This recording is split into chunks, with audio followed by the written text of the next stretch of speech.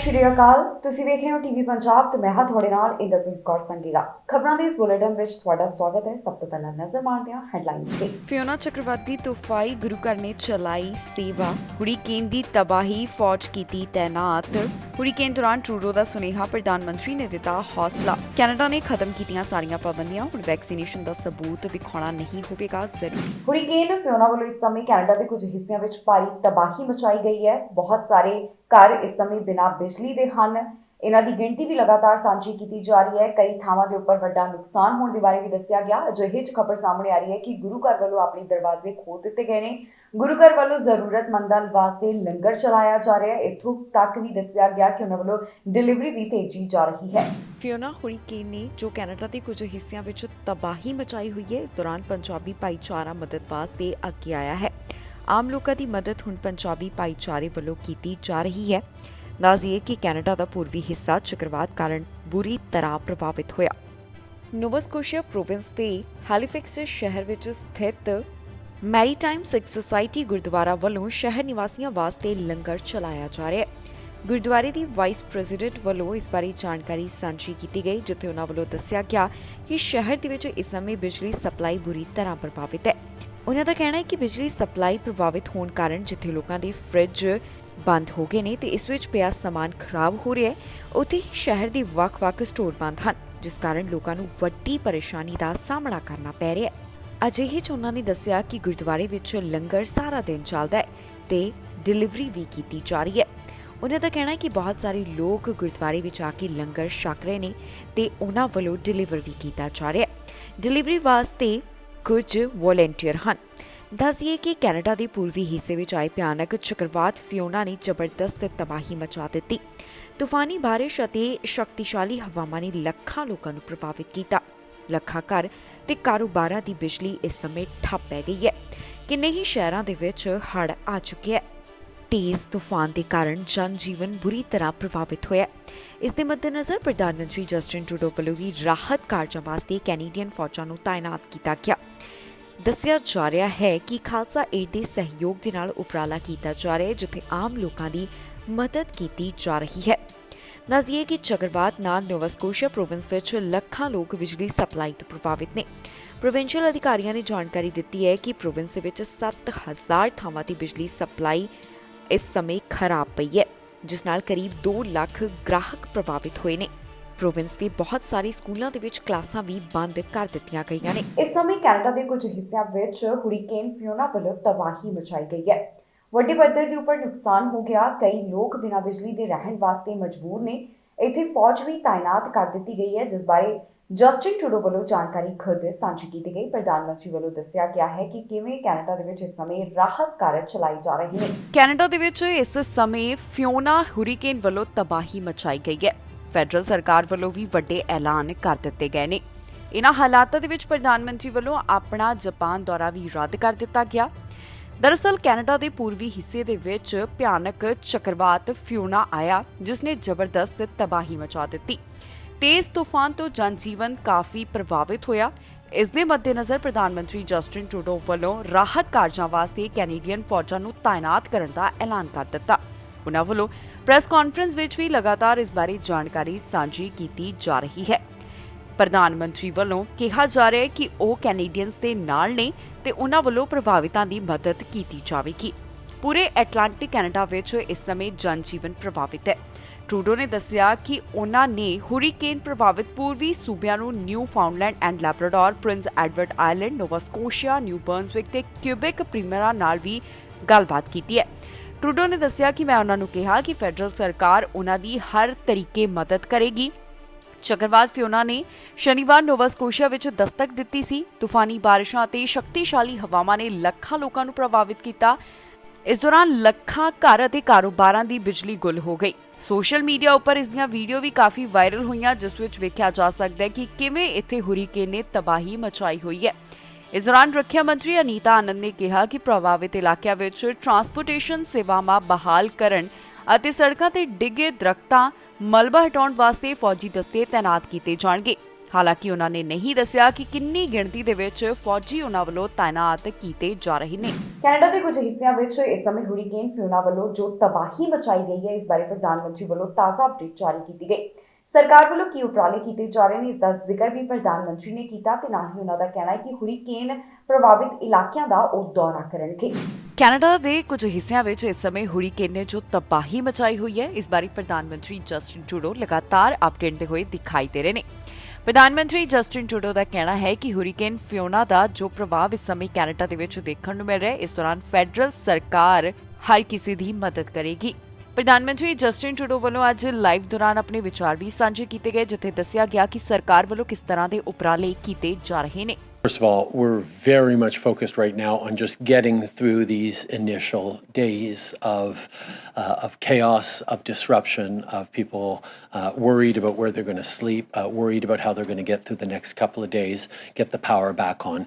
That is our entire focus right now. But as I've said to the premiers, as I've said to the mayors I've spoken with, the federal government will be there as a partner. We know that the disaster response program by the federal government is there to support with these costs, but as we look to rebuilding, as we look to building stronger infrastructure, as we look to helping families that may have had no or only partial insurance, governments of all stripes are going to be stepping up, and the federal government will be there alongside them. I want to offer my condolences to the loved ones of the woman who lost her life in Port au Basque and to the loved ones of the person who passed away in Prince Edward Island. Canadians are thinking of you in these difficult times. Our thoughts are also with people who've lost homes or businesses, people who've been evacuated and aren't sure when they're going to be able to get home, people who are having difficulty accessing services and support due to road washouts and debris, and people with young kids who won't be going to school today. I want, of course, to thank first responders for their incredible work this weekend and the work they continue to do, as well as thanking Atlantic Canadians who, as always, are being good neighbours to one another, looking out for each other, because that's what Atlantic Canadians do. That's what all Canadians do. Canada ਦੇ ਵਿੱਚ ਹੁਣ ਸਾਰੀਆਂ ਪਾਬੰਦੀਆਂ ਖਤਮ ਕਰ ਦਿੱਤੀਆਂ ਗਈਆਂ। ਮੌਜੂਦਾ ਸਮੇਂ ਯਾਤਰੀਆਂ ਨੂੰ ਜੋ ਅਰਾਈਵ ਕੈਨ ਐਪ ਜ਼ਰੂਰੀ ਕੀਤਾ ਗਿਆ ਸੀ, ਇਸ ਤੋਂ ਇਲਾਵਾ ਰੈਂਡਮ ਟੈਸਟਿੰਗ ਕੀਤੀ ਜਾਂਦੀ ਸੀ, ਹੁਣ ਇਹ ਸਾਰੀਆਂ ਪਾਬੰਦੀਆਂ ਹਟਾ ਦਿੱਤੀਆਂ ਗਈਆਂ ਹੈ।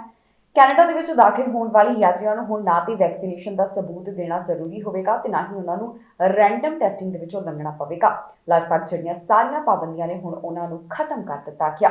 ਇਹ ਕਦੋਂ ਤੋਂ ਲਾਗੂ ਹੋਣ ਜਾ ਰਹੀਆਂ ਨੇ, ਤੁਹਾਨੂੰ ਦੱਸਾਂਗੇ ਇਸ ਖਬਰ ਵਿੱਚ। ਕੈਨੇਡਾ ਸਰਕਾਰ ਵੱਲੋਂ ਵੱਡੀ ਰਾਹਤ ਦਾ ਐਲਾਨ ਕਰ ਦਿੱਤਾ ਗਿਆ ਹੈ, ਜਿੱਥੇ ਕਰੋਨਾ ਕਾਰਨ ਜੋ ਬਾਰਡਰ ਦੇ ਉੱਪਰ ਪਾਬੰਦੀਆਂ ਲੱਗੀਆਂ ਸਨ, ਉਹਨਾਂ ਨੂੰ ਹੁਣ ਖਤਮ ਕੀਤਾ ਜਾ ਰਿਹਾ ਹੈ। ਜੀ ਹਾਂ, ਕੈਨੇਡਾ ਵੱਲੋਂ ਕੋਵਿਡ-19 ਸੰਬੰਧੀ ਬਾਰਡਰ ਰੋਕਾਂ ਖਤਮ ਕਰਨ ਦਾ ਐਲਾਨ ਕਰ ਦਿੱਤਾ ਗਿਆ। ਇਹ ਪਾਬੰਦੀਆਂ 30 ਸਤੰਬਰ ਨੂੰ ਖਤਮ ਹੋਣ ਜਾ ਰਹੀਆਂ ਨੇ। ਫੈਡਰਲ ਸਰਕਾਰ ਵੱਲੋਂ ਕਰੋਨਾ ਪੈਂਡੈਮਿਕ ਸੰਬੰਧਿਤ ਬਾਰਡਰ ਦੇ ਉੱਪਰ ਜਿਹੜੀਆਂ ਰੋਕਾਂ ਨੇ, ਉਹਨਾਂ ਨੂੰ ਖਤਮ ਕਰਨ ਦਾ ਐਲਾਨ ਕਰ ਦਿੱਤਾ। ਇਹ ਨਿਯਮ 1 ਅਕਤੂਬਰ ਤੋਂ ਲਾਗੂ ਹੋਣਗੇ, ਜਿਸ ਦਾ ਮਤਲਬ ਹੈ ਕਿ ਹੁਣ ਕੈਨੇਡਾ ਆਉਣ ਵਾਲੇ ਯਾਤਰੀਆਂ ਨੂੰ ਅਰਾਈਵ ਕੈਨ ਐਪ ਰਾਹੀਂ ਜਾਣਕਾਰੀ ਦੇਣ ਦੀ ਲੋੜ ਨਹੀਂ ਪਵੇਗੀ। ਯਾਤਰੀਆਂ ਨੂੰ ਹੁਣ ਵੈਕਸੀਨ ਦਾ ਸਬੂਤ ਨਹੀਂ ਦੇਣਾ ਪਵੇਗਾ। ਯਾਤਰਾ ਕਰਨ ਤੋਂ ਪਹਿਲਾਂ ਜਾਂ ਫਿਰ ਪਹੁੰਚ ਕੇ ਕੋਵਿਡ ਟੈਸਟ ਕਰਵਾਉਣ ਦੀ ਸ਼ਰਤ ਨੂੰ ਵੀ ਹੁਣ ਖਤਮ ਕਰ ਦਿੱਤਾ ਗਿਆ ਹੈ। ਨਵੇਂ ਐਲਾਨੇ ਗਏ ਨਿਯਮਾਂ ਮੁਤਾਬਕ ਹੁਣ ਯਾਤਰੀਆਂ ਨੂੰ ਆਈਸੋਲੇਟ ਕਰਨ ਦੀ ਜਾਂ ਫਿਰ ਕੋਵਿਡ ਦੇ ਲੱਛਣ ਮੋਨੀਟਰ ਕਰਨ ਦੀ ਜ਼ਰੂਰਤ ਨਹੀਂ ਹੋਵੇਗੀ। ਜਹਾਜ਼ ਅਤੇ ਰੇਲ ਗੱਡੀਆਂ ਵਿੱਚ ਯਾਤਰਾ ਕਰਨ ਵਾਲੇ ਵਿਅਕਤੀਆਂ ਨੂੰ ਹੁਣ ਮਾਸਕ ਲਗਾਉਣਾ ਵੀ ਲਾਜ਼ਮੀ ਨਹੀਂ ਹੋਵੇਗਾ। ਫੈਡਰਲ ਹੈਲਥ ਮਿਨਿਸਟਰ ਵੱਲੋਂ ਇਸ ਬਾਰੇ ਜਾਣਕਾਰੀ ਸਾਂਝੀ ਕੀਤੀ ਗਈ, ਜਿੱਥੇ ਉਹਨਾਂ ਦੱਸਿਆ ਕਿ ਪਾਬੰਦੀਆਂ ਖਤਮ ਕਰਨ ਦਾ ਅਰਥ ਇਹ ਨਹੀਂ ਕਿ ਦੇਸ਼ ਕੋਵਿਡ ਤੋਂ ਬਾਹਰ ਆ ਗਿਆ। ਟੂਰਿਜ਼ਮ ਇੰਡਸਟਰੀ ਨਾਲ ਜੁੜੇ ਬਹੁਤ ਸਾਰੇ ਲੋਕ ਲਗਾਤਾਰ ਇਹਨਾਂ ਪਾਬੰਦੀਆਂ ਨੂੰ ਹਟਾਉਣ ਦੀ ਮੰਗ ਕਰ ਰਹੇ ਸਨ। ਉਹਨਾਂ ਵੱਲੋਂ ਕਿਹਾ ਜਾ ਰਿਹਾ ਸੀ ਕਿ ਰੈਂਡਮ ਟੈਸਟਿੰਗ ਨੂੰ ਖਤਮ ਕੀਤਾ ਜਾਵੇ ਤੇ ਕੈਨੇਡਾ ਸਰਕਾਰ ਵੱਲੋਂ ਹੁਣ ਇਹਨਾਂ ਪਾਬੰਦੀਆਂ ਹਟਾਉਣ ਸੰਬੰਧੀ ਹਰੀ ਝੰਡੀ ਦੇ ਦਿੱਤੀ ਗਈ ਹੈ। Accumulated over the last few weeks and months, we are announcing that the Government of Canada will not renew the order in Council that expires on September the 30th and will therefore remove all COVID-19 border requirements for all travellers entering Canada. This includes the removal of all federal testing, quarantine and isolation requirements, as well as the mandatory submission of health information in ArriveCan. The Government of Canada will maintain the ability to re-establish certain border measures should they be required in the future to protect Canadians from the importation of new variants of concern or other emerging public health threats. ontario ਸੂਬੇ ਤੋਂ ਟੀਕੇ ਬਾਰੇ ਜਾਣਕਾਰੀ ਸਾਹਮਣੇ ਆਈ ਜਿੱਥੇ ਦੱਸਿਆ ਗਿਆ ਕਿ ਨਵੀਂ ਅਪਡੇਟਡ ਵੈਕਸੀਨ ਦੇ ਵਾਸਤੇ ਬੁਕਿੰਗ ਸ਼ੁਰੂ ਕਰ ਦਿੱਤੀ ਗਈ ਹੈ। ਕੌਣ ਇਹ ਟੀਕਾ ਲਗਵਾ ਸਕਦੇ ਨੇ, ਇਸ ਬਾਰੇ ਵੀ ontario ਸੂਬੇ ਤੋਂ ਸਾਰੀ ਜਾਣਕਾਰੀ ਸਾਹਮਣੇ ਆਈ। ontario ਸੂਬੇ ਤੋਂ ਕੋਵਿਡ-19 ਵੈਕਸੀਨ ਦੇ ਬਾਰੇ ਜਾਣਕਾਰੀ ਸਾਹਮਣੇ ਆਈ ਹੈ ਜਿੱਥੇ ਸਾਰੇ ਅਡਲਟਸ ਵਾਸਤੇ ਓਮਿਕਰੋਨ ਨੂੰ ਨਿਸ਼ਾਨਾ ਬਣਾਉਣ ਵਾਲੀ ਵੈਕਸੀਨ ਦੀ ਬੁਕਿੰਗ ਸ਼ੁਰੂ ਕਰ ਦਿੱਤੀ ਗਈ ਹੈ। ਅੱਜ ਤੋਂ ontario ਦੇ ਸਾਰੇ ਅਡਲਟਸ ਓਮਿਕਰੋਨ ਨੂੰ ਟਾਰਗੇਟ ਕਰਨ ਵਾਸਤੇ ਤਿਆਰ ਕੀਤੀ ਵਿਸ਼ੇਸ਼ ਕੋਵਿਡ-19 ਵੈਕਸੀਨ ਪ੍ਰਾਪਤ ਕਰਨ ਵਾਸਤੇ ਬੁਕਿੰਗ ਕਰਵਾ ਸਕਦੇ ਨੇ। ਪ੍ਰੋਵਿੰਸ ਸਰਕਾਰ ਵੱਲੋਂ ਇਸ ਬਾਰੇ ਜਾਣਕਾਰੀ ਸਾਂਝੀ ਕੀਤੀ ਗਈ ਹੈ। ਸਰਕਾਰ ਨੇ ਇਸ ਮਹੀਨੇ ਦੇ ਸ਼ੁਰੂ ਦੇ ਵਿੱਚ ਵਧੇਰੇ ਖਤਰੇ ਵਾਲੇ ਲੋਕਾਂ ਵਾਸਤੇ ਇਹ ਵਿਸ਼ੇਸ਼ ਵੈਕਸੀਨ ਵਾਸਤੇ ਬੁਕਿੰਗ ਦਾ ਸਿਲਸਿਲਾ ਸ਼ੁਰੂ ਕੀਤਾ ਸੀ। ਉਨ੍ਹਾਂ ਕਿਹਾ ਸੀ ਕਿ 26 ਸਤੰਬਰ ਤੋਂ ਸਾਰੇ ਆਬਾਦੀ ਵਾਸਤੇ ਨਵੀਂ ਡੋਜ਼ਸ ਪ੍ਰਾਪਤ ਕਰਨ ਵਾਸਤੇ ਅਪਾਇੰਟਮੈਂਟ ਬੁੱਕ ਹੋ ਜਾਵੇਗੀ। ਸੂਬੇ ਦੀ ਹੈਲਥ ਮਿਨਿਸਟਰ ਵੱਲੋਂ ਵੀ ਇਸ ਬਾਰੇ ਜਾਣਕਾਰੀ ਸਾਂਝੀ ਕੀਤੀ ਗਈ ਹੈ। ਦੱਸ ਦਈਏ ਕਿ ਪ੍ਰੋਵਿੰਸ ਵਿੱਚ 6 ਮਹੀਨੇ ਤੋਂ 5 ਸਾਲ ਦੀ ਉਮਰ ਵਾਲੇ ਬੱਚਿਆਂ ਵਾਸਤੇ ਨਵੀਂ ਅਪਡੇਟ ਕੀਤੀ ਫਾਈਜ਼ਰ ਦੀ ਵੈਕਸੀਨ ਦੀ ਬੁਕਿੰਗ ਸ਼ੁਰੂ ਕਰ ਦਿੱਤੀ ਗਈ ਹੈ। ਮੋਡਰਨਾ ਵੱਲੋਂ ਬੱਚਿਆਂ ਵਾਸਤੇ ਅਪਡੇਟ ਕੀਤੀ ਵੈਕਸੀਨ ਜੁਲਾਈ ਵਿੱਚ ਲਿਆਂਦੀ ਗਈ ਸੀ। ਬਾਲਗਾਂ ਅਤੇ ਬੱਚੇ ਦੋਵਾਂ ਵਾਸਤੇ ਸੂਬੇ ਵਿੱਚ ਕੋਵਿਡ-19 ਵੈਕਸੀਨ ਪੋਰਟਲ ਜਾਂ ਫਿਰ ਪਬਲਿਕ ਹੈਲਥ ਯੂਨਿਟਸ ਦੇ ਆਪਣੇ ਬੁਕਿੰਗ ਸਿਸਟਮ ਤੇ ਕੁਝ ਫਾਰਮੇਸੀਆਂ ਤੇ ਸਿਹਤ ਕੇਂਦਰਾਂ ਤੇ ਵੀ ਵੈਕਸੀਨ ਲਈ ਬੁਕਿੰਗ ਸ਼ੁਰੂ ਕਰ ਦਿੱਤੀ ਗਈ ਹੈ। ਕੈਨੇਡਾ ਦੇ ਇੱਕ ਹਿੱਸੇ ਤੋਂ ਹਾਦਸੇ ਦੇ ਬਾਰੇ ਜਾਣਕਾਰੀ ਸਾਹਮਣੇ ਆਈ ਜਿੱਥੇ ਔਰਤ ਜ਼ਖਮੀ ਹੋਈ ਹੈ। ਇਹ ਹਾਦਸਾ ਕਿਵੇਂ ਵਾਪਰਿਆ, ਇਸ ਦੇ ਕਾਰਨ ਅਜੇ ਪਤਾ ਲਗਾਉਣ ਦੀ ਕੋਸ਼ਿਸ਼ ਕੀਤੀ ਜਾ ਰਹੀ ਹੈ ਤੇ ਨਾ ਹੀ ਪੀੜਤ ਦੀ ਪਹਿਚਾਣ ਅਜੇ ਪੁਲਿਸ ਵੱਲੋਂ ਜਨਤਕ ਕੀਤੀ ਗਈ ਹੈ। ਸਾਰੇ ਮਾਮਲੇ ਦੀ ਵਧੇਰੇ ਜਾਂਚ ਜਾਰੀ ਹੈ। ਏਜਿਕਸ ਤੋਂ ਇੱਕ ਹਾਦਸੇ ਦੇ ਬਾਰੇ ਜਾਣਕਾਰੀ ਸਾਹਮਣੇ ਆਈ ਹੈ ਜਿੱਥੇ ਔਰਤ ਗੰਭੀਰ ਰੂਪ ਵਿੱਚ ਜ਼ਖਮੀ ਹੋਈ। ਜਿਹੜੀ ਔਰਤ ਜ਼ਖਮੀ ਹੋਈ ਹੈ ਉਹ ਵਾਹਨ ਨੂੰ ਚਲਾ ਰਹੀ ਸੀ ਤੇ ਪੁਲਿਸ ਵੱਲੋਂ ਹੁਣ ਤੱਕ ਦੀ ਅਪਡੇਟ ਸਾਂਝੀ ਕੀਤੀ ਗਈ ਹੈ।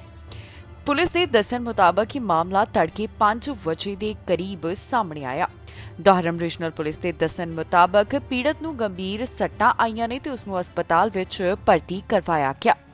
ਜਿਹੜੀ ਥਾਂ ਦੇ ਉੱਪਰ ਹਾਦਸਾ ਵਾਪਰਿਆ ਉਸ ਨੂੰ ਕੁਝ ਸਮੇਂ ਵਾਸਤੇ ਬੰਦ ਰੱਖਿਆ ਗਿਆ ਤਾਂ ਕਿ ਇਸ ਹਾਦਸੇ ਦੇ ਕਾਰਨ ਪਤਾ ਲਗਾਏ ਜਾ ਸਕਣ। ਫਿਲਹਾਲ ਪੁਲਿਸ ਵੱਲੋਂ ਪੀੜਤ ਔਰਤ ਦੀ ਪਹਿਚਾਣ ਜਾਂ ਫਿਰ ਉਸ ਦੀ ਉਮਰ ਦੇ ਬਾਰੇ ਕੋਈ ਵੀ ਜਾਣਕਾਰੀ ਸਾਂਝੀ ਨਹੀਂ ਕੀਤੀ ਗਈ। ਸਿਰਫ ਉਹਨਾਂ ਵੱਲੋਂ ਇਹੀ ਦੱਸਿਆ ਗਿਆ ਕਿ ਏਜਿਕਸ ਦੇ ਵਿੱਚ ਇੱਕ ਮੋਟਰ ਵਹੀਕਲ ਹਾਦਸਾ ਵਾਪਰਿਆ ਜਿਸ ਬਾਰੇ ਉਹਨਾਂ ਨੂੰ ਜਾਣਕਾਰੀ ਮਿਲੀ ਸੀ। ਆਫੀਸਰਸ ਜਦੋਂ ਮੌਕੇ ਵਾਲੀ ਥਾਂ ਦੇ ਉੱਪਰ ਪਹੁੰਚੇ ਤਾਂ ਉਹਨਾਂ ਨੇ ਦੇਖਿਆ ਕਿ ਔਰਤ ਇੱਥੇ ਗੰਭੀਰ ਰੂਪ ਵਿੱਚ ਜ਼ਖਮੀ ਹੈ ਜਿਸ ਨੂੰ ਉਹਨਾਂ ਵੱਲੋਂ ਤੁਰੰਤ ਹਸਪਤਾਲ ਵਿੱਚ ਭਰਤੀ ਕਰਵਾਇਆ ਗਿਆ। ਦੁਹਰਮ ਪੁਲਿਸ ਦਾ ਕਹਿਣਾ ਹੈ ਕਿ ਹੁਣ ਇਸ ਮਾਮਲੇ ਸੰਬੰਧੀ ਵਧੇਰੇ ਜਾਂਚ ਪੜਤਾਲ ਕੀਤੀ ਜਾ ਰਹੀ ਹੈ ਜਿਸ ਤੋਂ ਬਾਅਦ ਬਾਕੀ ਦੀ ਜਾਣਕਾਰੀ ਦਿੱਤੀ ਜਾਵੇਗੀ। ਹੁਣ ਤੱਕ ਦੀ ਅਪਡੇਟ ਵਿੱਚ ਪੁਲਿਸ ਵੱਲੋਂ ਇਹਨਾਂ तमाम ਗੱਲਾਂ ਦਾ ਜ਼ਿਕਰ ਕੀਤਾ ਗਿਆ। ਟ੍ਰਿਪਲ ਹੋਮਿਸਾਈਡ ਦਾ ਮਾਮਲਾ ਸਾਹਮਣੇ ਆਇਆ ਜਿੱਥੇ ਘਰ ਦੇ ਵਿੱਚੋਂ 3 ਲਾਸ਼ਾਂ ਮਿਲੀਆਂ। ਇੱਕ ਔਰਤ ਦੀ ਲਾਸ਼ ਤੇ 2 ਬੱਚਿਆਂ ਦੀ ਲਾਸ਼ ਦੇ ਬਾਰੇ ਪੁਲਿਸ ਵੱਲੋਂ ਜਾਣਕਾਰੀ ਦਿੱਤੀ ਗਈ। ਔਰਤ ਦੀ ਉਮਰ 38 ਸਾਲ ਦੇ ਕਰੀਬ ਦੱਸੀ ਜਾ ਰਹੀ ਹੈ। ਬੱਚਿਆਂ ਦੀ ਉਮਰ 10 ਸਾਲ ਤੋਂ ਘੱਟ ਹੈ। ਇਹਨਾਂ ਤਿੰਨਾਂ ਦੀ ਪਹਿਚਾਣ ਅਜੇ ਜਨਤਕ ਨਹੀਂ ਕੀਤੀ ਗਈ। ਪਤਾ ਲਗਾਉਣ ਦੀ ਕੋਸ਼ਿਸ਼ ਜਾਰੀ ਹੈ ਕਿ ਕਿਹਨਾਂ ਵੱਲੋਂ ਇਹਨਾਂ ਨੂੰ ਨੁਕਸਾਨ ਪਹੁੰਚਾਇਆ ਗਿਆ। ਕਿਊਬਿਕ ਦੇ ਅਪਾਰਟਮੈਂਟ ਦੇ ਵਿੱਚੋਂ 3 ਜਣਿਆਂ ਦੀਆਂ ਲਾਸ਼ਾਂ ਮਿਲੀਆਂ ਤੇ ਪੁਲਿਸ ਵੱਲੋਂ ਹੁਣ ਟ੍ਰਿਪਲ ਹੋਮਿਸਾਈਡ ਦੇ ਬਾਰੇ ਜਾਣਕਾਰੀ ਸਾਂਝੀ ਕੀਤੀ ਗਈ ਹੈ। ਪੁਲਿਸ ਅਧਿਕਾਰੀਆਂ ਦੇ ਦੱਸਣ ਮੁਤਾਬਕ ਅਪਾਰਟਮੈਂਟ ਦੇ ਵਿੱਚ ਉਹਨਾਂ ਨੂੰ ਇੱਕ ਔਰਤ ਤੇ 2 ਬੱਚਿਆਂ ਦੀਆਂ ਲਾਸ਼ਾਂ ਮਿਲੀਆਂ ਨੇ। ਔਰਤ ਦੀ ਉਮਰ 38 ਸਾਲ ਦੇ ਕਰੀਬ ਦੱਸੀ ਜਾ ਰਹੀ ਹੈ। ਪੁਲਿਸ ਦਾ ਕਹਿਣਾ ਹੈ ਕਿ ਇਹ ਤਿੰਨੋਂ ਪੀੜਤ ਉਹਨਾਂ ਨੂੰ ਮੌਂਟਰੀਅਲ ਦੇ ਘਰ ਦੇ ਵਿੱਚ ਮਿਲੇ ਹਨ। ਫਾਇਰ ਫਾਈਟਰਸ ਨੂੰ ਇਸ ਮਾਮਲੇ ਬਾਰੇ 1 ਵਜੇ ਦੇ ਕਰੀਬ ਜਾਣਕਾਰੀ ਮਿਲੀ ਸੀ। ਫਾਇਰ ਫਾਈਟਰਸ ਦਾ ਕਹਿਣਾ ਹੈ ਕਿ ਜਦੋਂ ਮੌਕੇ ਵਾਲੀ ਥਾਂ ਦੇ ਉੱਪਰ ਪਹੁੰਚੇ ਤਾਂ ਉਹਨਾਂ ਵੱਲੋਂ ਔਰਤ ਅਤੇ 2 ਬੱਚਿਆਂ ਨੂੰ CPR ਦੇਣ ਦੀ ਕੋਸ਼ਿਸ਼ ਕੀਤੀ ਗਈ। ਬੱਚਿਆਂ ਦੀ ਉਮਰ 5 ਸਾਲ ਤੇ 2 ਸਾਲ ਦੇ ਕਰੀਬ ਦੱਸੀ ਜਾ ਰਹੀ ਹੈ। ਫਿਰ ਇਹਨਾਂ ਨੂੰ ਹਸਪਤਾਲ ਵਿੱਚ ਭਰਤੀ ਕਰਵਾਇਆ ਗਿਆ ਪਰ ਬਾਅਦ ਵਿੱਚ ਤਿੰਨਾਂ ਨੂੰ ਹੀ ਮ੍ਰਿਤਕ ਐਲਾਨ ਕਰ ਦਿੱਤਾ ਗਿਆ। ਫਿਲਹਾਲ ਪੁਲਿਸ ਵੱਲੋਂ ਅਜੇ ਇਹਨਾਂ ਬੱਚਿਆਂ ਦੇ ਜਾਂ ਫਿਰ ਔਰਤ ਦੇ ਨਾਮ ਜਨਤਕ ਨਹੀਂ ਕੀਤੇ ਗਏ ਤੇ ਨਾ ਹੀ ਇਸ ਬਾਰੇ ਬਹੁਤੀ ਡਿਟੇਲ ਉਹਨਾਂ ਵੱਲੋਂ ਅਜੇ ਸਾਂਝੀ ਕੀਤੀ ਗਈ ਹੈ। ਫਿਲਹਾਲ ਪੁਲਿਸ ਇਸ ਮਾਮਲੇ ਦੀ ਜਾਂਚ ਪੜਤਾਲ ਕਰ ਰਹੀ ਹੈ ਜਿਸ ਤੋਂ ਬਾਅਦ ਬਾਕੀ ਦੀ ਜਾਣਕਾਰੀ ਦਿੱਤੀ ਜਾਵੇਗੀ। ਹੁਣ ਤੱਕ ਦੀ ਅਪਡੇਟ ਦੇ ਵਿੱਚ ਪੁਲਿਸ ਵੱਲੋਂ ਇਹਨਾਂ तमाम ਗੱਲਾਂ ਦਾ ਜ਼ਿਕਰ ਕੀਤਾ ਗਿਆ। ਨਰਾਤਿਆਂ ਦੇ ਤਿਉਹਾਰ ਦੇ ਉੱਪਰ ਪ੍ਰਧਾਨ ਮੰਤਰੀ ਜਸਟਿਨ ਟਰੂਡੋ ਵੱਲੋਂ ਇੱਕ ਖਾਸ ਸੁਨੇਹਾ ਦਿੱਤਾ ਗਿਆ। ਪ੍ਰਧਾਨ ਮੰਤਰੀ ਇਸ ਮੌਕੇ ਵਧਾਈ ਦਿੰਦੇ ਹੋਏ ਦਿਖਾਈ ਦਿੱਤੇ। ਉਹਨਾਂ ਨੇ ਇੱਕ ਸਟੇਟਮੈਂਟ ਜਾਰੀ ਕੀਤੀ ਜਿੱਥੇ ਨਰਾਤਿਆਂ ਦੀ ਮਹੱਤਤਾ ਦਾ ਜ਼ਿਕਰ ਕਰਦੇ ਹੋਏ ਵੀ ਟਰੂਡੋ ਦਿਖਾਈ ਦਿੱਤੇ। ਪ੍ਰਧਾਨ ਮੰਤਰੀ ਜਸਟਿਨ ਟਰੂਡੋ ਵੱਲੋਂ ਨਰਾਤਿਆਂ ਦੀ ਵਧਾਈ ਦਿੱਤੀ ਗਈ ਹੈ। ਇਸ ਮੌਕੇ ਪ੍ਰਧਾਨ ਮੰਤਰੀ ਵੱਲੋਂ ਇੱਕ ਸਟੇਟਮੈਂਟ ਜਾਰੀ ਕੀਤੀ ਗਈ ਜਿੱਥੇ ਉਹਨਾਂ ਵੱਲੋਂ ਹਿੰਦੂ ਭਾਈਚਾਰੇ ਨੂੰ ਇਸ ਦਿਨ ਦੀ ਮੁਬਾਰਕਬਾਦ ਦਿੱਤੀ ਹੈ। ਪ੍ਰਧਾਨ ਮੰਤਰੀ ਜਸਟਿਨ ਟਰੂਡੋ ਕਹਿੰਦੇ ਨੇ ਕਿ ਸਾਰੇ ਅਸੀਂ ਇਕੱਠੇ ਹੋ ਕੇ ਨਵਰਾਤਰੀ ਮਨਾਵਾਂਗੇ। ਇਸ ਦੇ ਨਾਲ ਹੀ ਪ੍ਰਧਾਨ ਮੰਤਰੀ ਨਰਾਤਿਆਂ ਦੀ ਮਹੱਤਤਾ ਦਾ ਵੀ ਜ਼ਿਕਰ ਕਰਦੇ ਹੋਏ ਦਿਖਾਈ ਦਿੱਤੇ। ਪ੍ਰਧਾਨ ਮੰਤਰੀ ਨੇ ਕਿਹਾ ਕਿ ਨਵਰਾਤਰੀ 9 ਰਾਤ 10 ਦਿਨ ਤੱਕ ਮਨਾਈ ਜਾਂਦੀ ਹੈ ਤੇ ਉਹਨਾਂ ਵੱਲੋਂ ਇਹ ਵੀ ਦੱਸਿਆ ਗਿਆ ਕਿ ਨਵਰਾਤਰੀ ਦਾ ਤਿਉਹਾਰ ਕਿਉਂ ਮਨਾਇਆ ਜਾਂਦਾ ਹੈ।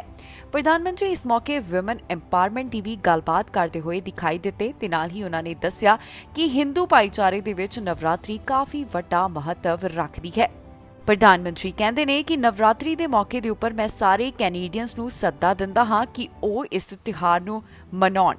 ਪ੍ਰਧਾਨ ਮੰਤਰੀ ਵੱਲੋਂ ਸਟੇਟਮੈਂਟ ਦੇ ਵਿੱਚ ਆਪਣੇ ਅਤੇ ਪਤਨੀ ਦੇ ਵੱਲੋਂ ਇਸ ਮੌਕੇ ਵਧਾਈ ਦਿੱਤੀ ਗਈ। ਪ੍ਰਧਾਨ ਮੰਤਰੀ ਵੱਲੋਂ ਇਹ ਸਟੇਟਮੈਂਟ ਸੋਸ਼ਲ ਮੀਡੀਆ ਪਲੇਟਫਾਰਮ ਦੇ ਉੱਪਰ ਵੀ ਸਾਂਝੀ ਕੀਤੀ ਗਈ ਹੈ। ਅਮਰੀਕਾ ਦੇ ਵੱਡੇ ਸ਼ਹਿਰ ਸੁਰੱਖਿਅਤ ਹਨ ਜਾਂ ਫਿਰ ਨਹੀਂ, ਇਸ ਬਾਰੇ ਵਾਈਟ ਹਾਊਸ ਵੱਲੋਂ ਜਾਣਕਾਰੀ ਦਿੱਤੀ ਗਈ। ਪ੍ਰੈਸ ਬਰੀਫਿੰਗ ਦੇ ਦੌਰਾਨ ਵਾਈਟ ਹਾਊਸ ਵੱਲੋਂ ਇਸ ਬਾਰੇ ਅਪਡੇਟ ਜਾਰੀ ਕੀਤੀ ਗਈ। ਅਮਰੀਕਾ ਦੇ ਸ਼ਹਿਰ ਸੁਰੱਖਿਅਤ ਹਨ ਜਾਂ ਫਿਰ ਨਹੀਂ, ਇਸ ਨੂੰ ਲੈ ਕੇ ਵਾਈਟ ਹਾਊਸ ਵੱਲੋਂ ਤਾਜ਼ਾ ਅਪਡੇਟ ਜਾਰੀ ਕੀਤੀ ਗਈ ਹੈ। ਵਾਈਟ ਹਾਊਸ ਦਾ ਕਹਿਣਾ ਹੈ ਕਿ ਉਹ ਨਹੀਂ ਕਹਿ ਸਕਦੇ ਕਿ ਅਮਰੀਕਾ ਦੇ ਵੱਡੇ ਸ਼ਹਿਰ ਇਸ ਸਮੇਂ ਸੁਰੱਖਿਅਤ ਹਨ ਜਾਂ ਫਿਰ ਨਹੀਂ। ਇਸ ਬਾਰੇ ਵਾਈਟ ਹਾਊਸ ਵੱਲੋਂ ਪ੍ਰੈਸ ਬਰੀਫ ਦੇ ਵਿੱਚ ਜਾਣਕਾਰੀ ਸਾਂਝੀ ਕੀਤੀ ਗਈ ਹੈ। ਇਸ ਮੌਕੇ ਉਹਨਾਂ ਵੱਲੋਂ ਕੀ ਕਿਹਾ ਗਿਆ, ਆਓ ਤੁਹਾਨੂੰ ਸੁਣਾਉਂਦੇ ਹਾਂ। So I'll say this. That same story also stated that the crime is complicated and multifaceted.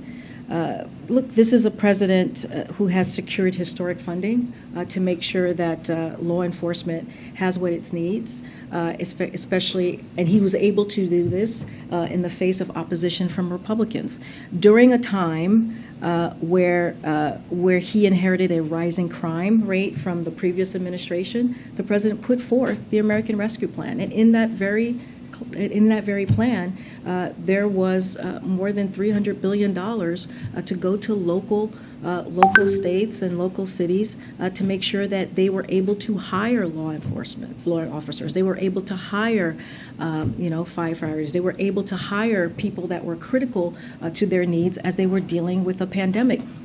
Republicans voted against that. So I guess just the original question: does President Biden think America's big cities are safe?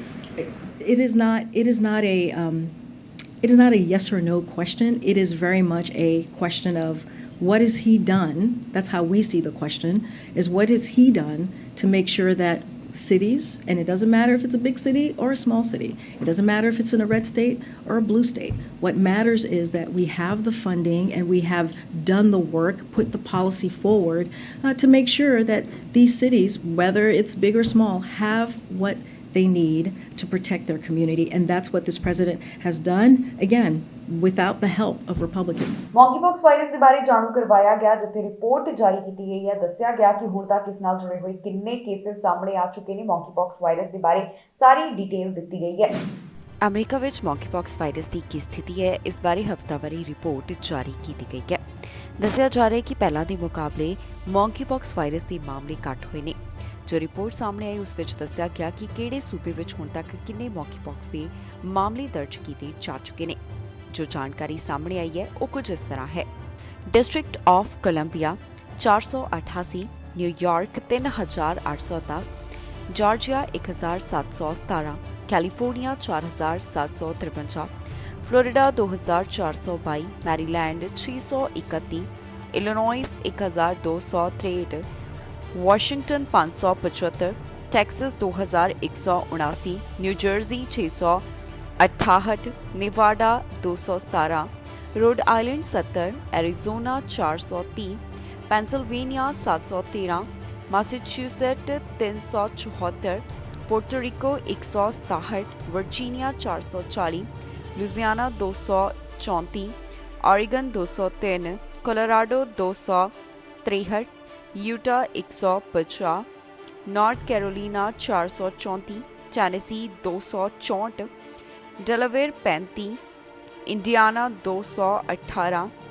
Minnesota 178, South Carolina 159, Michigan 257, Mississippi 70, Ohio 257, Alabama 105, new Hampshire 28, new Mexico 40, हवाई 27, अरकानसस 56, Nebraska 28, Wisconsin 69, Kentucky 50, Oklahoma 36, Alaska 5, north Dakota 5, West Virginia 11, वेरमोंट 3, Montana 5, Kansas 9, south Dakota 2, ਇਹਨਾਂ तमाम ਸੂਬਿਆਂ ਤੋਂ ਹੁਣ ਤੱਕ ਕਿੰਨੇ ਮਾਮਲਿਆਂ ਦੀ ਪੁਸ਼ਟੀ ਹੋ ਚੁੱਕੀ ਹੈ। ਗ੍ਰੀਨ ਕਾਰਡ ਹਾਸਲ ਕਰਨ ਵਾਲਿਆਂ ਨੂੰ ਹੁਣ ਰਾਹਤ ਮਿਲੇਗੀ ਕਿਉਂਕਿ ਗ੍ਰੀਨ ਕਾਰਡ ਵਾਸਤੇ ਜੋ ਪ੍ਰੋਸੈਸਿੰਗ ਦੇ ਵਿੱਚ ਸਮਾਂ ਲੱਗਦਾ ਸੀ ਹੁਣ ਅਮਰੀਕਾ ਦੇ ਵਿੱਚ ਉਸ ਨੂੰ ਘੱਟ ਕੀਤਾ ਜਾ ਰਿਹਾ ਹੈ।